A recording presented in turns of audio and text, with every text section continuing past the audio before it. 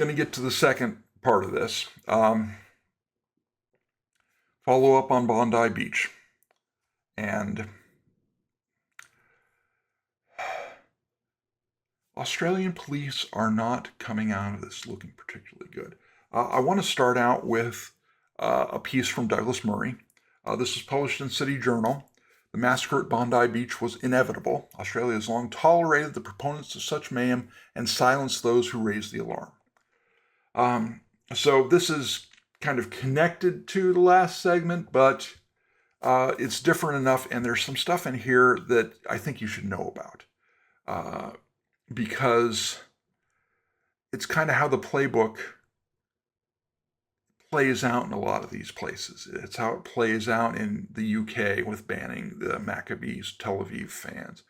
It's how it plays out in Amsterdam with, you had a pogrom that night where they were hunting down Maccabi Tel Aviv fans after the game. This is the playbook. Australia is not alone in this. It's just today's example / cautionary tale. So Douglas Murray writes, do words have any meaning? Most people think so, which is why there is an endless debate about which words should be permitted by law, which should be a matter for the law, and which words should be debated in the realm of manners. Where does gas the Jews fit into that? There are contexts where those words could be in the realm of manners. For instance, somebody might use them in a comedy club doing a routine about forbidden statements. But how about using them immediately after the worst massacre of Jews since the Holocaust? How about if the words are used on the streets by a mob, not in a spirit of jest, but of intent? That's what happened outside the Sydney Opera House on October 9th, 2023, 2 days after Hamas and other Palestinian terrorists invaded Israel, slaughtered 1,200 people, and took another 250 hostage. The people in the mob outside the Opera House that night were not objecting to the war that resulted from that massacre. They were not trying out some new comedy material. They were using the massacre of Jews as the impetus to stand in their own city, oceans away, and advocate for the gassing of Jews. Of course, the Australian authorities did not take any meaningful action regarding that protest, no more than they chose to take action against the numberless protests in major Australian cities since October 2023, in which the protesters have chanted, globalize the Intifada, and much more. Which is not to say the Australian government are free speech absolutists. They are not. Nor does Australia have the equivalent of the First Amendment, which strictly protects free speech, even up to the point of incitement. On the contrary, the Australian authorities are among the toughest in the world when it comes to policing speech. Just this past June, Australia barred an Israeli called Hillel Fuld from coming into the country. Fuld is a pro-Israel activist whose brother Ari Fuld was stabbed to death by a jihadist terrorist in 2018. Ari Fuld was a hero in his life and in his final moments when, taking on the terrorists, he saved many more lives. But the Australian authorities were persuaded that the brother of the slain Ari could cause a risk to the health, safety, or good order in Australia. And so he was barred from entry. It is worth digesting that for a moment.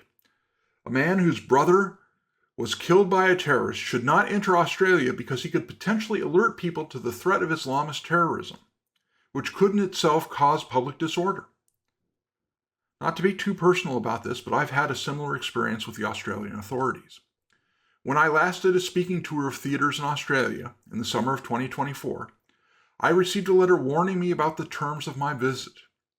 Though they granted this British-born, American-based author the right to speak in Australia, they made it clear that if I said anything, or was even reported as having said anything, which could cause community tensions, a supremely vague concept, then I would instantly have my visa revoked and be removed from the country.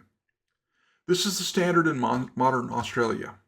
Yet calls for jihad, intifada, gassing, and more have been tolerated and gone unpublished. Now, in fairness, there's some debate on whether they said gas the Jews. I'm not sure. Do I trust the Australian authorities to to be the final judge and arbiter of this? No, not really. I'll show you that video here in a minute. We'll see. This is a tweet from the Campaign Against Anti-Semitism.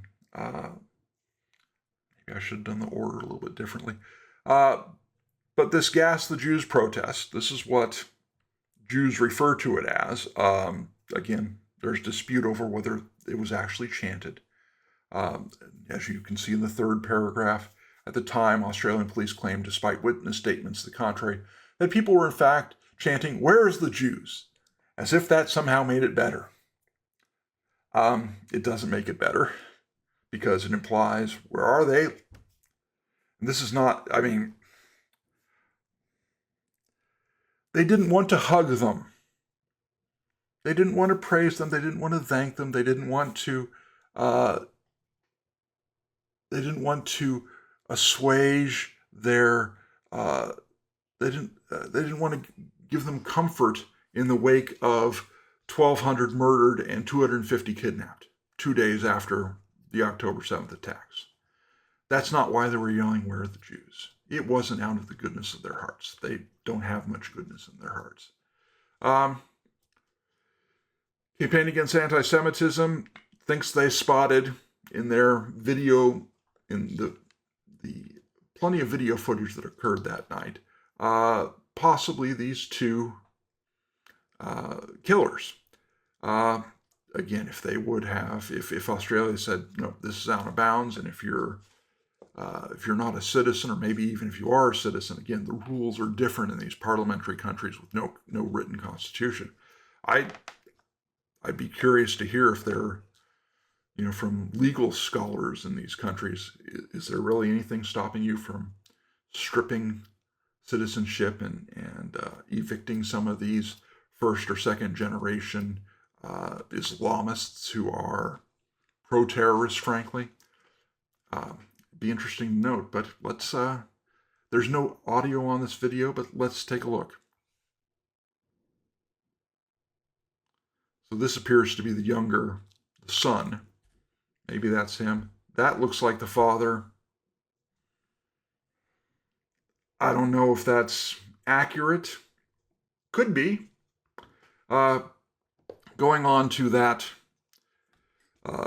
protest, video analysis finds no evidence of "Gas the Jews" being chanted. Independent analysis says, "Where's the Jews?" And it takes a prominent Jewish leader to say it's just as bad. A police strike force continues to investigate offenses. I Googled that. As far as I could tell, there were about 11 arrests, and there were tens of thousands of anti-Israeli, anti-Jewish protesters there. 11, and they weren't all based on that night. Some of them were in the following days. I'm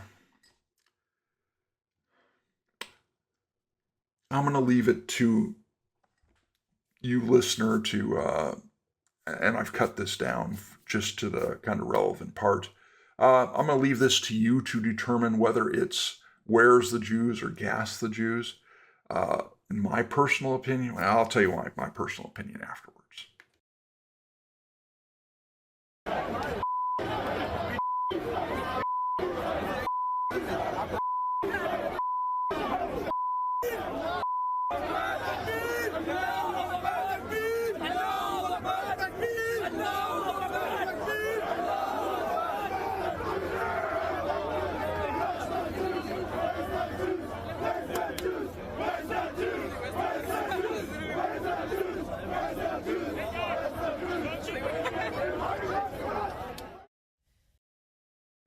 Now, you can rewind and listen to it again.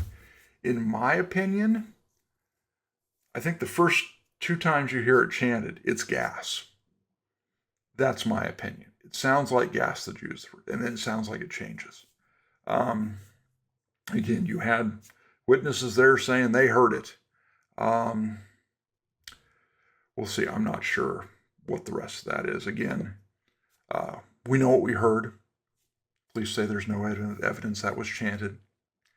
Sounded like the first couple times that was it. Again, this is the article. Obtained several statements from persons who were present outside the Opera House who believe they heard the words "gas the Jews" that evening. Those persons not being able to ascribe those words to any individual. This is the last paragraph, because you did hear the, well, they bleeped it, but we had the F the Jews part. This is what's just perfect about the speech restrictions in Australia. Under Section 93Z, use the British / whatever version, of the New South Wales Crime Act, gas the Jews may have met the threshold of incitement to violence to mount a prosecution, but F the Jews does not.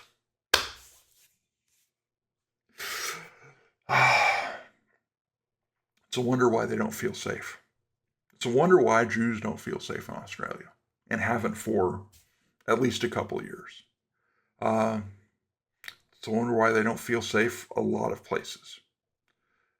What's scary is the fact that despite the regular missile attacks and all that other sort of stuff, Israel may be the safest place for Jews. You'd hope that that would be America too, but not so much.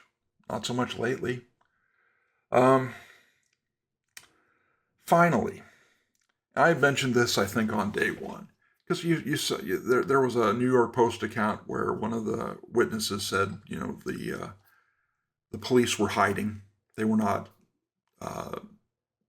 fighting back for a good 10 or 11 minutes while these two terrorists went and took shots at and reloaded at innocents.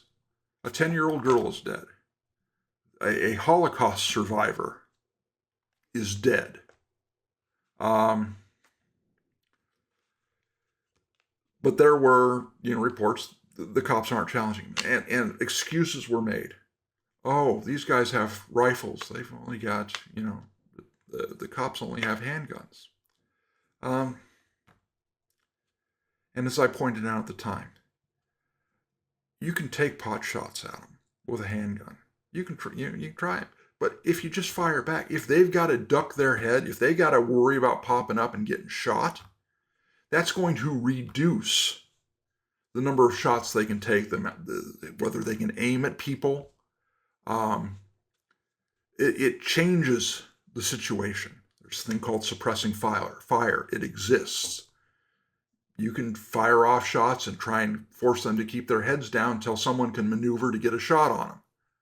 Can maneuver closer. If they're having to hide behind that bridge, a pedestrian walkway they were on, if they're having to hide behind that wall, somebody can take a few shots, somebody else can maneuver to get closer to them. This is basic. So do you ascribe the situation there to cowardice or an extreme lack of training?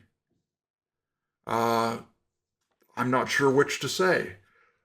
This next one, these are a couple of survivors, and this is the Erin Molan show. I'm not familiar with her, but Wayne and Vanessa Miller talks about this. This is heartbreaking, and it's infuriating. Take a listen.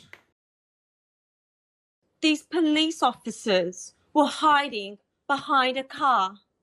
I tried to grab one of their guns. One of the other one grabs and he says, "No, I'm trying to grab for his gun." These men, these police officers, they know who I am, and I hope they're hearing this. You are weak. You could have saved so many more people's lives. They were just standing there, listening and watching this all happen, holding me back. 2 police officers. Where were the others? Not there. Nobody was there. Everyone, the public, helped. Nobody else. My little 3-year-old was saved by a pregnant woman who saw her crying and screaming, "Mummy, Daddy." We were there. There was not. Do you know how long did it take for police to come? How long did it take? It was just... No one. Everyone was too scared. Yeah. Yeah, that's pretty damning. There's another interview they gave, a brief one. Take another listen.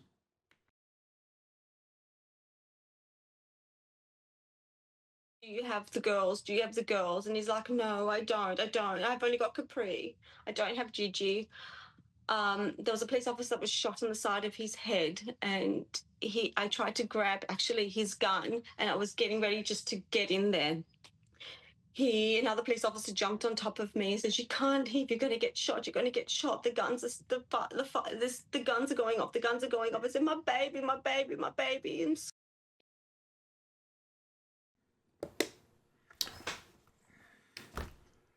You know, I feel for her, and if you're going to be too much of a coward to start shooting back, then you shouldn't stop somebody else.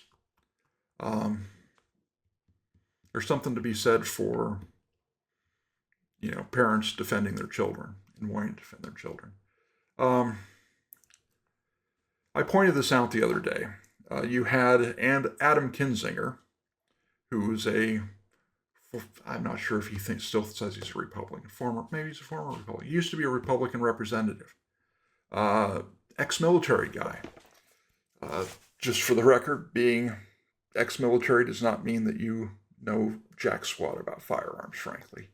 I didn't bring this up, but there's some photos going around of a bunch of sailors. I'm not sure if they're doing qualifications, but they're shooting handguns on some ship in the middle of the ocean at targets. And oh my, it's a miracle that they hit anything, because their grips are so bad. And, one eye type thing, it's not the training you get, even if you're, a civilian going to get your CCW. They're far more serious about making sure you can get bullets on target. So Kinzinger went, it's too much to ask someone with a handgun to take on someone with a rifle. And people pointed out that Elijah Dickon, had stopped a guy with a rifle at a mall shooting in Indiana, I believe, a few years ago. Hit the guy from 40 yards away. Impressive shooting on his part. It happens. People with handguns take on people with rifles. It's not a super rare event. And again, if you just take pot shots, at least you force them to keep their head down, suppressing fire. What I had forgotten was that no one should ever listen to Adam Kinzinger on firearms, ever, ever, ever, because last election, this is a Dem Senate candidate. Kinzinger was out there with a Democrat who was running for Senate. I don't believe the Democrat won. That was a Republican state. He wasn't going to win. They're out there shooting guns. They're firing AR-15 at a gun range. And a local reporter was struck by a bullet fragment. And they post on X, great day at the range. And, always have your first aid kit handy. Shrapnel can always fly when you hit a target like today. You got to be ready to go. We had a first aid kit, so we were able to take care of the situation. I'm glad Ryan is okay and able to continue reporting. Ladies and gentlemen, here are those pictures. Kinzinger's on the right in both photos. The Dem Senate candidate is on the left. They both have AR-15 rifles. There's a bolt action. I'm not sure what the caliber of that one is. The AR-15s are probably 5.56, so your standard round for AR-15s. Note that the safety rules for shooting steel, because steel stops bullets. It doesn't pass through steel. These bullets do not pass through steel, despite what some gun control advocates would like you to believe, where a single bullet can decapitate a person. These bullets do not go through steel. The general advice on shooting steel targets with a rifle is the target should be at least 100 yards away. Why? Because shrapnel and ricochets. Handguns, it can be 10, 15 yards, probably okay. I've shot handguns at steel at about 10 yards and had shrapnel bounce off me. It's a handgun. It's a bigger bullet. It's a slower bullet. It does less damage, but I've had it bounce off me. So I'd say 15 yards, just to be safe. It did not. When I've been hit by that with handguns, it bounces off. It's not traveling at a speed that it's going to do a whole lot of damage as long as you've got your eye protection on. Note in the left picture, Kinzinger has his eye protection on his head. Another no-no. And wow, that's a heck of an optic to have for shooting 10 yards away. A rifle. These guys are amazing. Here's them, this was, if this shrapnel had hit this guy in the eyeball, he'd have lost it, because that's a heck of a lot of blood. That's a heck of a big thing of shrapnel. Because these guys are idiots. Ladies and gentlemen, if I would have left. If I'm reporting there, I'd say, you guys should not be firing rifles at steel targets 10 yards away. This is dangerous. Don't do it. I'm leaving. It's this guy's lucky. This guy's lucky he still has his eyesight. He was wearing, eye protection, it looks like, good for him. But if that had hit him in the throat, lucky. And here's Kinzinger with this shit-eating grin. Excuse my French. Yeah. Adam Kinzinger, shut up. Just don't even weigh in on this. Oh, I was in the military. If you were in the military, you'd know not to shoot steel targets 10 yards away with a rifle, you idiot. Yeah, no. We're going to close with some more Babylon Bee jokes at Australia's expense and Islam's expense. Australian man who wrestled gun away from terrorist charged with unlawful firearm possession. Again, it's a joke, but that's the sort of thing that they do. Heck, that happens in blue states around here, kind of, sort of. You lawfully defended yourself with a firearm, but you weren't allowed to have a firearm, so we're not gonna charge you with manslaughter or murder or anything, because that was justified. But you had a gun, so we'll get you for illegal possession of a firearm. That happened recently in New York. Guy was sentenced to 4 years in prison. He was defending himself. He shot and killed a homeless guy who was attacking him. And he's going to spend 4 years in Rikers or Sing Sing or something like that in New York because of the gun possession. Because at the time it happened, New York wouldn't give you a permit. And Kathy Hochul isn't one who's going to offer the guy a pardon. Groundbreaking new study finds Islamophobia may be partially caused by Muslims killing people all the time. You think? Got a picture of the Twin Towers there. You don't see that much anymore. So we don't. All the time with this, it's the Norm joke. Norm Macdonald, God bless him. The guy. I wish he was still around. It's a tragedy that he died so young. He famously made a joke. It's like, what if a nuclear bomb or a dirty bomb goes off in American City, killing hundreds of thousands of people? Can you just imagine the backlash against peaceful Muslims? It's the maybe the concern should be all the people who were murdered, not the backlash. Show concern for the people who were murdered first. Thanks for watching this clip from the Hoystory On Air broadcast. I encourage you to follow me on Substack, Twitter, Facebook, and YouTube. I want to thank you for your support, and please feel free to watch another video or 2 or 3.